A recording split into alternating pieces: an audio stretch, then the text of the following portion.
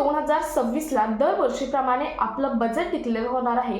यावर्षी रविवार आला आहे तरी सुद्धा आपलं बजेट हे त्याच वर्षी डिक्लेअर होणार असल्याची परवानगी सुद्धा माननीय राष्ट्रपती यांनी दिलेली आहे। आणि यामध्ये EPFOचे जे प्रश्न आहेत त्यामध्ये कर्मचारी भविष्य संघटना निधी असेल किंवा EPS असेल किंवा बाकीचे जे पेन्शन्स आहेत, श्रम कानून असतील, कोणतेही जे प्रश्न आहेत ते मांडण्याची तारीख आता फिक्स करण्यात आलेली आहे। म्हणजेच लोकसभा आणि राज्यसभेमध्ये कोणत्या तारखेला कोणते मुद्दे घेतले जाणार, म्हणजे कर्मचाऱ्यांचे असतील किंवा EPS पेन्शनचे असतील, कोणत्या तारखेला कोणते मुद्दे घेतले जाणार आहेत याचे एक सर्क्युलर जारी झालेला आहे।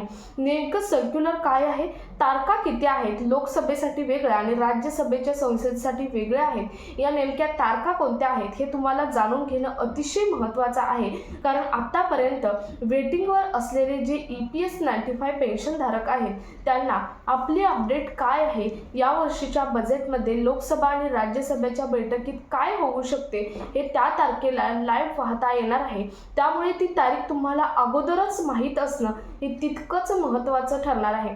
त्यामुळे आजचा व्हिडिओ EPS 95 पेन्शनधारक असतील, कर्मचारी असतील किंवा EPFOच्या रिलेटेड येणारे सर्व जे पेन्शनधारक कर्मचारी असतील या सर्वांसाठी अतिशय महत्त्वाचा आजचा व्हिडिओ ठरणार आहे। कारण आजच्या व्हिडिओमध्ये तुम्हाला सांगितलं मी आत्ताच की तुमच्या पुढील जे प्रश्न आहेत त्या प्रश्नांचं उत्तर तुम्हाला त्या दिवशी मिळणार आहे आणि त्याच्या तारखा डिक्लेअर करण्यात आलेल्या आहेत, त्याचं सर्क्युलर झालेलं आहे। नेमकं सर्क्युलरमध्ये तारखा काय दिलेल्या आहेत, लोकसभा आणि राज्यसभेसाठी वेगवेगळ्या तारखा आहेत, नेमके कोणाचे कधी मुद्दे घेतले जाणार याची सुद्धा माहिती त्या सर्क्युलरमध्ये देण्यात आलेली आहे। त्यामुळे व्हिडिओ स्किप न करता शेवटपर्यंत पाहायचं। चॅनलवर पहिल्यांदा आला असेल तर अशाच महत्त्वपूर्ण आणि गव्हर्नमेंटच्या नवीन अपडेट्ससाठी चॅनल सबस्क्राईब करा, त्याचबरोबर शेजारील बेल आयकॉन सुद्धा ऑन करून ठेवा, म्हणजे असेच महत्त्वपूर्ण अपडेट तुमच्यापर्यंत रेग्युलर पोहोचत राहतील।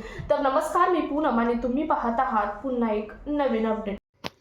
बघा, पार्लमेंटमधील या डेट आहेत त्यामध्ये लोकसभा आणि राज्यसभेसाठी वेगवेगळ्या डेट आहेत। पहिली 2 फेब्रुवारी म्हणजेच 2 फेब्रुवारी 2026, दुसरी 3 फेब्रुवारी 2026 आहे लोकसभेच्या मी डेट सांगत आहे। त्यानंतर तिसरी आहे ती म्हणजे 9 मार्च 2026, 16 मार्च 2026, त्यानंतर 23 मार्च 2026, त्यानंतर 30 मार्च 2026 या लोकसभेसाठी जाहीर केलेला डेट आहे। ज्यामध्ये मी पहिल्यांदाच सांगितलं यामध्ये कर्मचारी असतील, गव्हर्नमेंट, सेंट्रल गव्हर्नमेंट, स्टेट गव्हर्नमेंटचे जे कर्मचारी असतील किंवा EPS 95चे जे पेन्शनधारक आहेत किंवा EPFचे जे पेन्शनधारक आहेत किंवा बाकीचे EPFOच्या रिलेटेड येणारे सर्व मुद्दे आहेत ती या दिवशी लोकसभेमध्ये विचारले जाणार आहेत किंवा यावरती चर्चा होणार आहे। मी आत्ता ज्या 4 ते 5 तारखा सांगितल्या त्यानंतर दुसरं म्हणजे राज्यसभेच्या तारखा काय आहेत बघा, तर 29 जानेवारी 2026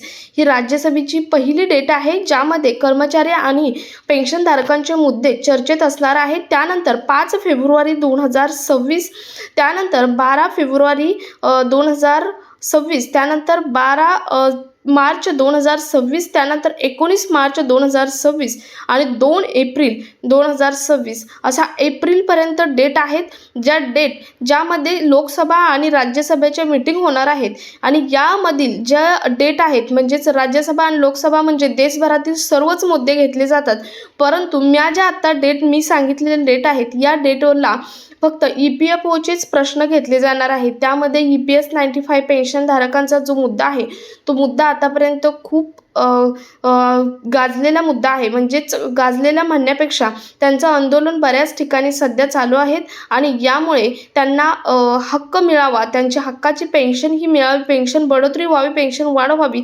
यासाठी ते ठिकठिकाणी मोर्चे आंदोलन करत आहेत, परंतु त्यांना त्यामध्ये अजूनही सक्सेस मिळालेलं नाही आणि त्यांच्यासाठी ही सुवर्णसंधी असू शकते। त्यामुळे हा व्हिडिओ जास्तीत जास्त EPFOच्या पेन्शनधारक कर्मचाऱ्यांपर्यंत शेअर करा। भेटूयात पुढच्या एका नवीन अपडेट सोबत, तोपर्यंत धन्यवाद।